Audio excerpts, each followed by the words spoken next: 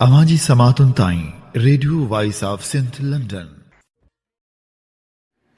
21 जून 2026 आचर जे ॾींहुं प्रोग्राम मंज़रनामो साण करे आऊं अवांजी ख़िदमत में हाज़िर आवां पंहिंजो मेज़बान हबीब लगारी। प्रोग्राम जी शुरूआति में अवां लाइ इहा ई दुआ त शाल जितो जो सुख सलामती सां हुजो, कॾहिं बि ॾुखियो ॾींहुं न ॾिसो ऐं कॾहिं बि अवां जूं मुर्कूं मेरियूं न थियनि। दुनिया जी कुंड कुड़छ में जिते बि रहो सिंध लाइ, सिंध वासियुनि लाइ ऐं दुनिया जे मज़लूम माण्हुनि लाइ जा खोड़ींदा रहो। शाल अवां जा ख़्वाब तइबीरनि सां लही सघनि। पाण ॼाणूं था त पंहिंजे मुआशिरे में हर माण्हू जॾहिं कमाए थो तॾहिं ई घर जो चुल्हो ॿरे थो। वॾो अलमियो इहो आहे जो ॿार बि जबरी पोरियो करण ते मजबूर थी वञनि था। पाकिस्तान में ॿार जबरी पोरियो छो था कनि, इन हवाले सां प्रोग्राम में वीचारींदासीं ऐं इहो बि ॼाणण जी कोशिशि कंदासीं त कंपनियूं कीअं ज़मीननि ते वालार करे वेंदियूं। कम्यूनिकेशन कंपनी कंहिंखां बि ज़मीन घुरंदी, जेकॾहिं हूअ ज़मीन न ॾींदो त संदसि ख़िलाफ़ फ़रियाद दाख़िल थींदी ऐं पोइ हुन लाइ सज़ा मुक़ररु कई वेंदी।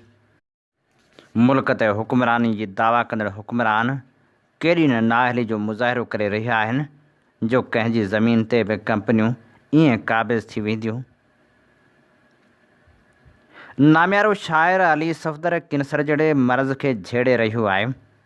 संदसि सार केरु लहंदो, संदसि हयाती बची सघंदी या न, इन बाबति बि ख़ुसूसी रिपोर्ट हूंदी त उन सां गॾोगॾु अली सफ़दर जी शाइरी पिणु अवां जे समातनि जी नज़र कंदासीं। ईरान अमेरिका मुआहिदो पुराणनि मफ़रूज़नि जी नाकामी वारे किसे खे बि वरजाईंदासीं।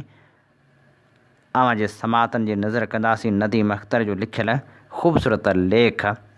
उन सां गॾोगॾु लेखक ऐं पब्लिशर करम इलाही चना खे वरसी ते भेटाउनि जा गुलाब आछींदासीं। अवां जे समातनि जी नज़र कंदासीं सलेमान वसाण जी लिखियलु ख़ूबसूरत लिखणी। पंहिंजे इन समाज में ॿार जबरी पोरियो छो था कनि।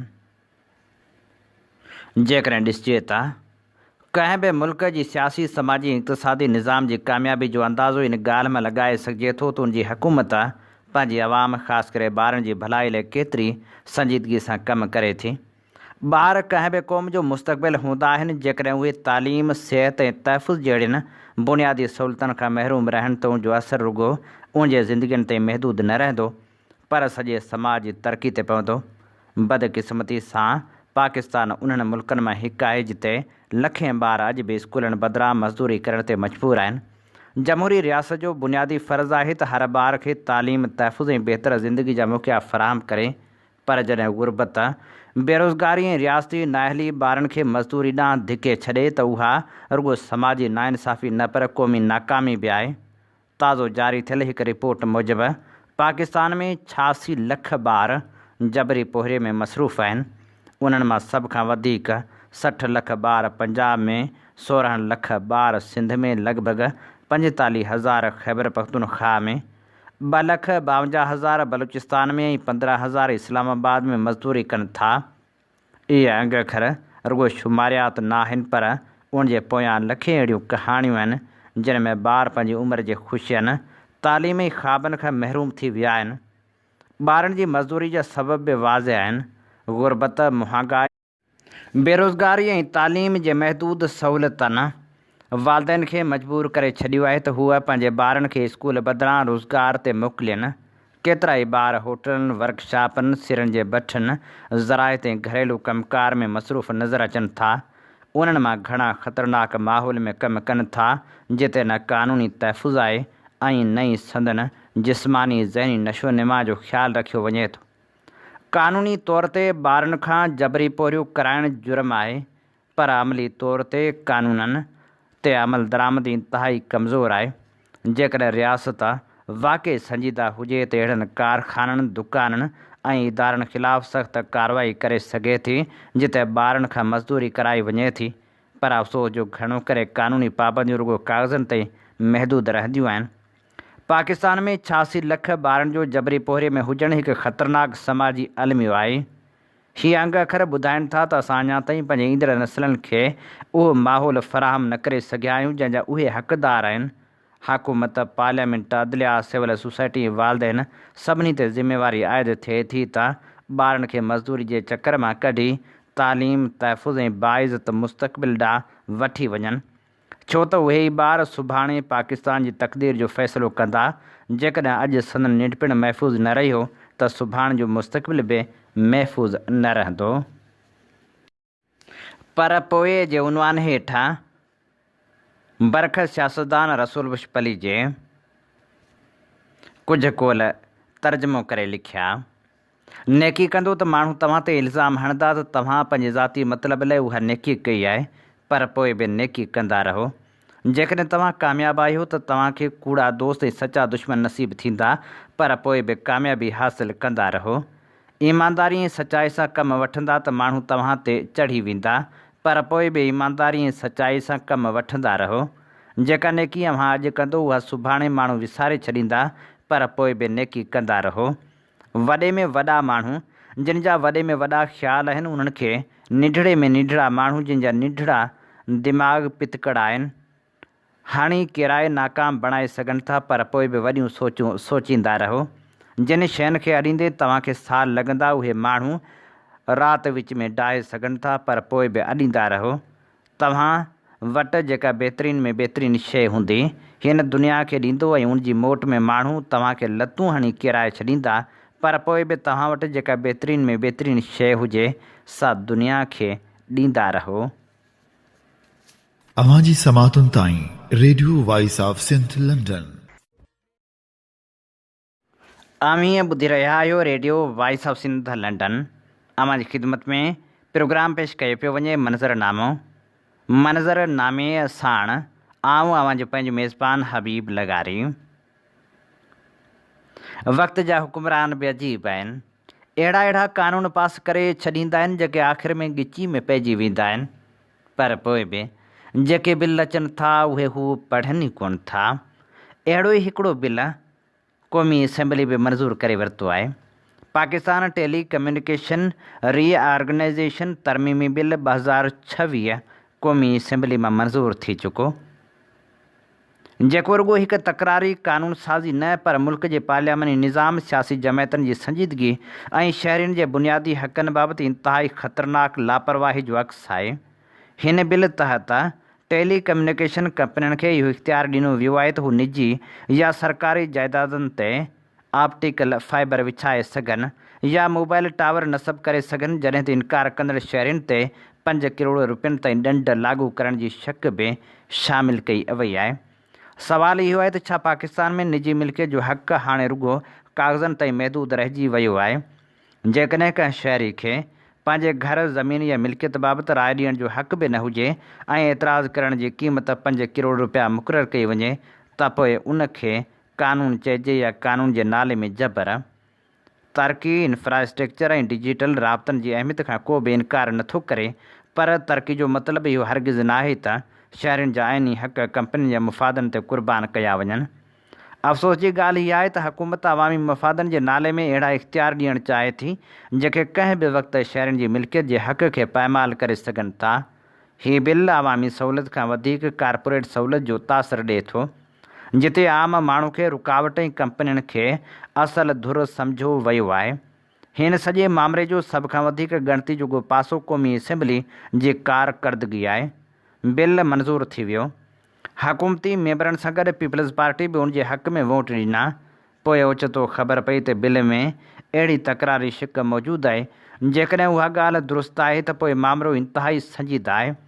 छा क़ौमी असेंबली जा मेंबर कानून पढ़ण खां सवाइ वोट ॾियनि था? छा आवाम जा चूंडियल नुमाइंदा रुॻो हथ खणनि या बटण दॿाइण लाइ पार्लियामेंट में वेठा आहिनि? हीअ सिर्फ़ु हिकु सियासी ग़लती न आहे, पर पार्लियामानी ज़िम्मेवारी जी नाकामी आहे। कानून साज़ी को रस्मी अमल न हूंदो आहे। हर बिल लखे माण्हुनि जे ज़िंदगियुनि, हक़नि ऐं मुस्तक़बिल ते असरअंदाज़ थींदो आहे। जेकॾहिं चूंडियल नुमाइंदा बिल जे मतन खां ई बेख़बर हुजनि त पोइ अवाम खे इहो हक़ हासिलु आहे त हू पुछे आख़िर पार्लियामेंट में थिए छा रहियो आहे। पीपल्स पार्टी जो बाद में एतिराज़ करण सेनेट में बिल रोकण जी कोशिश यकीनन ख़ुशाइंद थी सघे थी, पर इहो सवाल बरक़रार रहंदो त जॾहिं बिल क़ौमी असेंबली में मंज़ूर थी रहियो हो तॾहिं पार्टी जा मेंबर छा करे रहिया हुआ। हीउ वाक़ई हिकु भेरो ॿीहर साबित कयो आहे त पाकिस्तान में केतिरा ई क़ानून बग़ैर संजीदा बहस मुशावरत ऐं मुकमिल जाइज़े जे मंज़ूर कया वञनि था। पार्लियामेंट जी स्टैंडिंग कमेटियुनि क़ानूनी माहिरनि ऐं चूंडियल नुमाइंदनि जो किरदारु उन वक़्तु बेमाना थी वञे थो जॾहिं क़ानूननि जे तकरारी शिकनि बाबति ॼाण मंज़ूरी खां पोइ मिले। शहरियुनि खे बि हिन मामले खे मामूली तकरार सम्झी नज़रअंदाज़ न करणु घुरिजे। अॼु मसइलो फाइबर केबल या मोबाइल टावर जो आहे, सुभाणे साॻे मंतक हेठि ॿियनि हक़नि खे बि हाञो रसी सघे थो। जमहूरियत में क़ानून अवाम जे तहफ़ुज़ लाइ हूंदा आहिनि, अवाम खे ख़ौफ़ज़दा करण लाइ न। 5 करोड़ रुपयनि जो ॾंड कंहिं बि आम शहरी लाइ तबाह कंदड़ सज़ा आहे जेका पंहिंजी नोयत में ग़ैर मुनासिबु आहे। हाणे सेनेट ते वॾी ज़िमेवारी थिए थी त उहा हिन बिल खे फ़ौरी तौरु रद्द कराए। जेकॾहिं ईअं न थियो त पोइ अवाम जो रियासत तां एतमाद खॼी वेंदो। ऐं हाणे प्रोग्राम में अमेरिका ऐं ईरान मुआदे ते नज़र डोड़ायूं था। अमेरिका ईरान मुआदो पुराणनि सियासी मफ़रूज़नि जी नाकामी। ख़ूबसूरत लेखक नदीम अख़्तर पंहिंजे ख़ूबसूरत लेख में लिखे थो, अमेरिका ऐं ईरान विच में तारीख़ी अमन मुआदो तइ थी चुको आहे। 14 नुकाती मुफ़ाहिमती यादाश्त ते सयूं थियण खां पोइ उमेदु आहे त उन्हनि नुक़्तनि ते अमल दरामद लाइ फ़नी ऐं इंतिज़ामी तरीक़ेकार जोड़ण वारे ॾुखे कम खे 60 ॾींहं जे मुख़्तसर मुदे अंदरि मुकमिल करण जी भरपूर कोशिश कई वेंदी। हिन मुआदे खां पोइ अमेरिका ऐं ईरान विच में 47 सालनि खां जारी मुहाज़ारा ई ख़तमु थी वेंदी। ईरान ते लागू मुआशी पाबंदियूं मरहलेवार ख़तमु कयूं वेंदियूं। मंजमद असासनि जी बहाली जो अमल शुरू थींदो ऐं ईरान ख़ौफ़नाक आलमी अकेलाई मां निकिरी आहिस्ते आहिस्ते आलमी सियासत ऐं मईशत जे मुख्य धारा में शामिलु थी वेंदो। उन खां सवाइ हिन अहम अॻु भराई खां पोइ मौजूदा सदी में तेज़ी सां जुड़ंदड़ नए आलमी निज़ाम जी राह में हिन तकरार जी सूरत में मौजूदु हिकु वॾी रुकावट बि ख़तमु थी वेंदी। गुज़िरियल सदी नज़रियाती विरासत, मज़हबी इंतापसंदी ऐं सियासी टकराव जी सदी हुई। तंहिं करे उन दौर जे सियासी तकरारनि बाबति थींदड़ तजज़ियनि में बि शदीद नज़रियाती विरासत जी चिटी अकासी नज़र ईंदी हुई। 1990 वारे ॾहाके में जदीद टेक्नोलॉजी जी हिकु अहिड़े इनक़लाब जी शुरूआति थी जंहिंजो मिसाल इंसानी तारीख़ में नथो मिले। हिन इनक़लाब दुनिया में क़ाइमु सियासी, मुआशी ऐं समाजी निज़ामनि जो बुनियादूं लोॾे छॾियूं। तब्दीली जो हीउ अमल एतिरो तेज़ रफ़्तार रहियो जो सियासी फ़िक्र ऐं नज़रियनि जे इर्तक़ाई अमल खे बि उनजो साथ ॾियणु मुश्किल थी पियो। इहो ई सबबु आहे जो ईरान ऐं अमेरिका विच में ताज़ो थियल जंग बाबति घणनि तजज़ियनि ते बि पुराणी नज़रियाती सोच ग़ालिब नज़र आई, जंहिंखे अमेरिका ईरान मुआदे ग़लति साबित करे छॾियो आहे। उन पस मंज़र में ज़रूरी आहे त उन्हनि नज़रियाती मफ़रूज़नि खे निमाया कयो वञे जेके तारीख़ जे इर्तक़ाई अमल सबबि मौजूदा सदी में पंहिंजी अहमियत वञाए वेठा आहिनि। अमेरिका ईरान मुआदे सभ खां पहिरीं उन मफ़रूज़े जी नफ़ी कई आहे त अमेरिका ही जंग उन आलमी निज़ाम खे बचाइण लाइ शुरू कई हुई जंहिं ते गुज़िरियल 75 सालनि खां संदसि बालादस्ती क़ाइमु आहे। इहो चयो वियो त हिन निज़ाम जो बुनियादी तक़ाज़ो इहो आहे त दुनिया जे मुख़्तलिफ़ इलाइक़नि में सियासी ऐं फ़ौजी मुहाज़ाराई जारी रही त जीअं अमेरिका दुनिया जी वॾी फ़ौजी ऐं मुआशी ताक़त हुजण जे करे आलमी निज़ाम ते पंहिंजी मज़बूत गिरफ़्त बरक़रार रखी सघे। पर हिते इहा हक़ीक़त विसारी वई त आलमी हालतूं मुकमल तौरु तब्दील थी चुकियूं आहिनि। अमेरिका दुनिया ते पंहिंजी बालादस्ती बरक़रार रखण लाइ तमामु ग़रीब माली, इंसानी ऐं मुआशी क़ीमत अदा कई आहे। हिन वक़्तु हूअ पंहिंजी तारीख़ जे बदतरीन वापारी ऐं बजट खसारे सां गॾु ख़ौफ़नाक कर्ज़नि जी ग़ैर मामूली बार हेठि दॿियल आहे। जंगियूं शुरू करण या उन्हनि में मुलविस थियणु हाणे संदसि लाइ इंतिहाई नुक़सानकार सौदो बणिजी चुको आहे।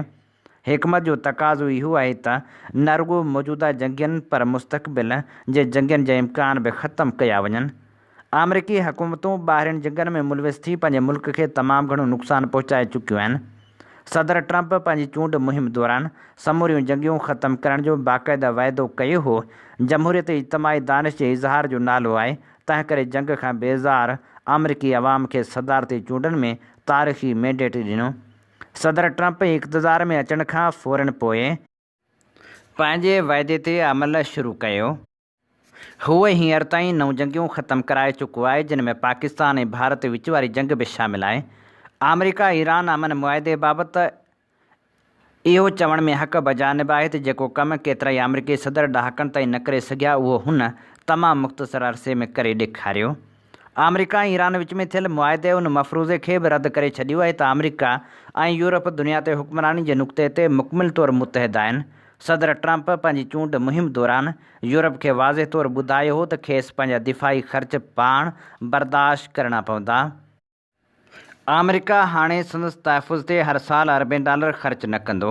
हू यूरोप में अमरीकी फ़ौजी मौजूदगी में निमाया घटिताई आणण जो अमल शुरू करे चुको आहे। हिकु अंदाज़े मूजिबि हुन घटिताई जी तलाफ़ी लाइ यूरोप खे मुस्तक़बिल में €500 अरब ख़र्च करणा पवंदा। हिन सूरतहाल जे रद्द अमल में यूरोपीय हुकूमतनि अमरीका ईरान जंग दौरान अमरीका जी अमली हिमायत खां पासो कयो। पहिरीं आलमी जंग खां पोइ शायदि इहो पहिरियों भेरो थियो आहे जो यूरोप अमरीका जी अमली मदद लाइ अॻिते न आयो। यूरोप जा अहम मुल्क रूस ऐं सदर प्यूटन खां सख़्तु नाराज़ आहिनि, जॾहिं त सदर ट्रंप ऐं रूसी सदर पाण में बेतकल्लुफ़ दोस्त आहिनि। G7 जे ताज़े सरबराही इजलास में यूक्रेनी सदर ॾांहुं सदर ट्रंप जी सरद मोहरी ऐं यूरोपीय मुल्कनि जे अॻुवाण जी गर्मजोशी वाज़े तौरु महसूसु कई वई। ईरान जंग बाबति इहो तजियाती मफ़रूज़ो बि दुरुस्त साबित न थियो त अमरीका ख़िले जे तेल ऐं गैस सां मालामाल ख़िते ते पंहिंजो तसलत मज़बूत करण लाइ जंग जो रस्तो इख़्तियार कयो हो। मारूज़ी हक़ीक़तूं हिन मफ़रूज़े जे बिल्कुलु उबतड़ आहिनि। अमरीका सामुंडी लंघ मां हिकु बैरल तेल बि दरामद नथो करे। हू पाण दुनिया जो सभ खां वॾो तेल पैदा कंदड़ मुल्क आहे। पुरअमन ऐं टैक्स फ्री आबनाए हुर्मुज़ अमरीका खां वधीक एशिया ऐं दुनिया जे ॿियनि मुल्कनि जी ज़रूरत आहे। इहो ई सबबु हो जो अमरीका जी सख़्तु मुख़ालिफ़ मुल्कनि बि हिन जंग दौरान ईरान खां मुहतात फ़ासिलो बरक़रार रखियो। माज़ी जी दुनिया में सोवियत यूनियन या अमरीका जहिड़ियूं आलमी ताक़तूं पंहिंजे हामी इंतिहा पसंद नज़रियाती या मज़हबी हुकूमतनि जी फ़ौजी मदद लाइ फ़ौरन पहुची वेंदियूं हुयूं। उन्ही बुनियाद ते इहो मफ़रूज़ो क़ाइमु कयो वियो त अमरीका ईरान जंग में चीन ऐं रूस बि शामिलु थी वेंदा, पर ईअं न थियो। ॿिन्ही मुल्कनि अमन मुआदे जो ख़ैरु मुक़दम कयो आहे ऐं अमरीकी सदर बि जंग दौरान संदन ग़ैर जानिबदारी ते शुक्रगुज़ार आहे। अमरीका ईरान जंग साबित करे छॾियो आहे त अॼु जी इंतिहाई ॻंढियल मुआशी दुनिया में को बि मुल्क रुॻो नज़रियाती बुनियादनि ते इंतिहा पसंद हुकूमतनि जी अमली मदद जो ख़तरो खणण लाइ तयारु न हूंदो। साइंस ऐं आला टेक्नोलॉजीअ जे इनक़लाब मईशत खे नज़रियुनि जी क़ैद मां आज़ादु करे छॾियो आहे। हाणे मुआशी दानिश खे नज़रियाती जज़्बातियत सां शिकस्त नथी ॾेई सघिजे। हिन तल्ख़ हक़ीक़त खे क़बूलु करणु घुरिजे त हिन सदी में हिकु नई दुनिया जनम वठी चुकी आहे, जंहिंखे पुराणनि सियासी मफ़रूज़नि ऐं नज़रियाती असूलनि जे ज़रिए सम्झण जी कोशिश बेनतीजा साबित थींदी। छा इहो बहितरु न थींदो त ग़ौर फ़िक्र ऐं तजिए जा नवां ज़ाविया तलाश कया वञनि। हीअ असीं अव्हांजी ख़िदमत में पेश करे रहिया हुआसीं नदीम अख़्तर जो लेख। अवांजी समातुनि ताईं radio voice of Sindh London. हीअं ॿुधी रहिया आहियो radio voice of Sindh London. अव्हांजी ख़िदमत में प्रोग्राम पेश कयो पियो वञे मंज़रनामे साण आऊं अव्हांजी ख़िदमत में हाज़िर अव्हांजो पंहिंजो मेज़बान हबीब लगारी। जीअं त अव्हीं ॼाणो था त असीं radio voice of Sindh London तां अव्हांजी ख़िदमत में उहे प्रोग्राम पेश कंदा आहियूं जिन में सचाई जा सॾ हूंदा आहिनि, जिन में तारीख़ जा अमल वर्क हूंदा आहिनि। असीं चाहियूं था त हीअ सफ़र सफलता माणे, जंहिं लाइ असांखे अव्हांजे साथ ऐं सहकार जी ज़रूरत आहे। अचो हिन सफ़र में असां सां हमक़दम बणिजो। ऐं हाणे नामियारे पब्लिशर लेखक समाजी अॻुवाण करम इलाही खे संस पहिरीं वरसी ते भेटाउनि जा गुलाब अचूं था ऐं अव्हांजे समातनि जी नज़र करियूं था मोहम्मद सलेमान वसाण जे लेख मां चूंड वर्क। ज़िंदगी में कई माण्हू मिलंदा आहिनि जिन मां कुझु पंहिंजा अक्स हमेशह लाइ छॾे वेंदा आहिनि। नामियारो अदीब पब्लिशर ऐं समाजी कारकुन करम इलाही चन्ना पिणु अहिड़ी शख़्सियत जो मालिक हुयो। साणस गुज़ारियल कई सालनि जा अणखुट वाक़िया, यादगिरियूं, कचहरियूं, सफ़र, तनज़ीमी बहस, मुबाहिसात, तेज़ ऐं तुंद तनक़ीदी हवाला ऐं अणखुट मोहबतूं ऐं पंहिंजाइप सीने में सांढियल आहे। सचल ॻोठ ऐं ख़ासि करे सगा जे करे साणस मुंहिंजो लॻभॻि 30 सालनि जो तालुक़ु रहियो। मूंखां जून 2025 जो ततल ॾींहुं कीअं विसरंदो जॾहिं जनाह इस्पताल जे एमरजेंसी वार्ड में हुन मुंहिंजो हथु मज़बूती सां झलियो हुयो। जिते खेसि दाख़िल करायो हुयोसीं उन वक़्तु लफ़्ज़ सां साथ कोन ॾेई रहिया हुआ। हूअ वॾी पीड़ा मां गुज़री रहियो हो। हू 4-5 ॾींहं इस्पताल में हुयो ऐं मां रोज़ु इस्पताल वेंदो हुयसि। संदसि टिन्ही फ़र्ज़ंदनि सां मुलाक़ात थींदी हुई। संदसि दोस्त ऐं साथी इस्पताल ईंदा रहिया, पर लाॻे थो संदसि तबियत किरंदी वई। जेतोणीकि मां सम्झी वियो हुउसि त हिन अरड़े शख़्स खे हाणे शायदि ई ज़िंदगी जो दान मिले, पर पोइ बि रब में उमेदूं रखियो वेठा हुआसीं। 20 जून 2025 जी सुबुह मूंखे संदसि पुटु मेहराण जी काल आई त बाबा हलियो वियो। अजीब हालत थी वई, दिलि जी ऐं अखियूं वसी हलियूं। तक़रीबन 30 सालनि जो डिघो साथ हिकु लम्हे में विछोड़ो बणिजी वियो। मां ऑफिस छॾे सचल ॻोठ तरफ़ां रवानो थियां थो। दोस्तनि खे फ़ोन, मैसेज या सोशल मीडिया ते अपडेट ॾींदो रहां थो, पर यादगिरियूं आहिनि जो वर करे ज़हन जी स्क्रीन ते रिवाइंड थी हली रहियूं आहिनि। करम इलाही चन्ना ज़िले नवाबशाह जे तालुक़े सकरंड में सकरंड शहर खां उत्तर ओभर तरफ़ मशहूरु स्टॉप चौथो महल ऐं क़दीमी तारीख़ी ॻोठ में हिकु ग़रीब शरीफ़ ऐं दीनदार घराणे में 8 अगस्त 1954 ते जनम वरितो।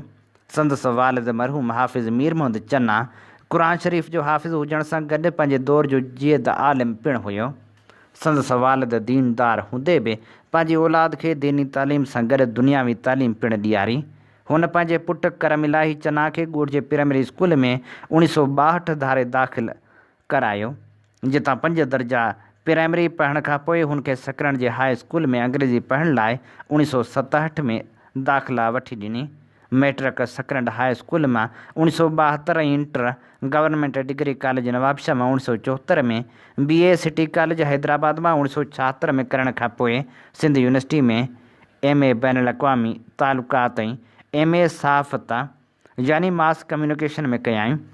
संदसि वालिद जी वफ़ात खां पोइ करम इलाही चन्ना यूनिवर्सिटी जी पढ़ाई ऐं मुलाज़मत जे करे घणो करे ॻोठ खां ॿाहिरि रहंदो हो। उन करे संदसि ॻोठ वारो घरु अक्सर बंदि रहंदो हो। पाण महीने मास जॾहिं ॻोठ चकर ते ईंदो हो त घणो करे राति ॾींहुं घर में अकेलो रहंदो हो। ॻोठ में बिजली न हुअण करे पाण राति जो देरि ताईं घासलेट वारी बत्ती ॿारे पढ़ंदो हो।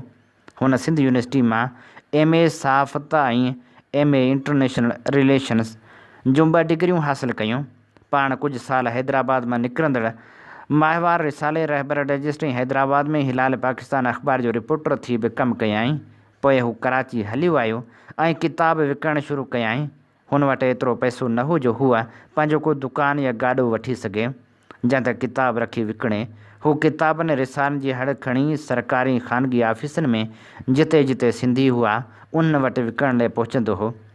करम इलाही खे गीह कॉर्पोरेशन ऑफ पाकिस्तान में पब्लिक रिलेशन ऑफिसर ऐं प्रोटोकॉल ऑफिसर जी नौकरी मशहूरु अदीब कमर शहबाज जे हथां मिली, जेको उन वक़्तु उन इदारे में रेजिडेंट डायरेक्टर हो।